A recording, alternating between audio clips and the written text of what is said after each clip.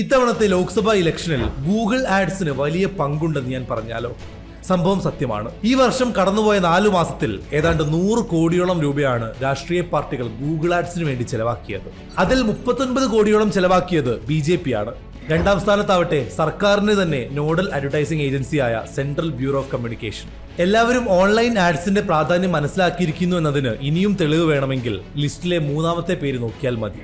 അത് പെൻ എന്ന് വിളിക്കുന്ന പോപ്പുലസ് എംപവർമെന്റ് നെറ്റ്വർക്ക് ആണ്.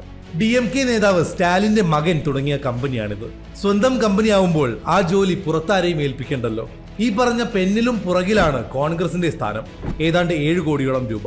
എന്നാൽ പോലും ഈ നമ്പറുകൾ നമ്മെ അതിശയപ്പെടുത്തുന്നതാണ്. കാരണം കഴിഞ്ഞ ഇലക്ഷനിൽ എല്ലാ രാഷ്ട്രീയ പാർട്ടികളും ചേർന്ന് ആഡുകൾക്ക് ചെലവാക്കിയത് വെറും 10 കോടി രൂപയായിരുന്നു.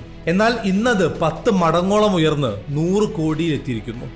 നിങ്ങളുടെ വോട്ടിംഗ് തീരുമാനത്തെ സ്വാധീനിക്കാൻ ഗൂഗിൾ ആഡുകൾക്ക് കഴിയുമെന്ന് നിങ്ങൾക്ക് തോന്നുന്നുണ്ടോ?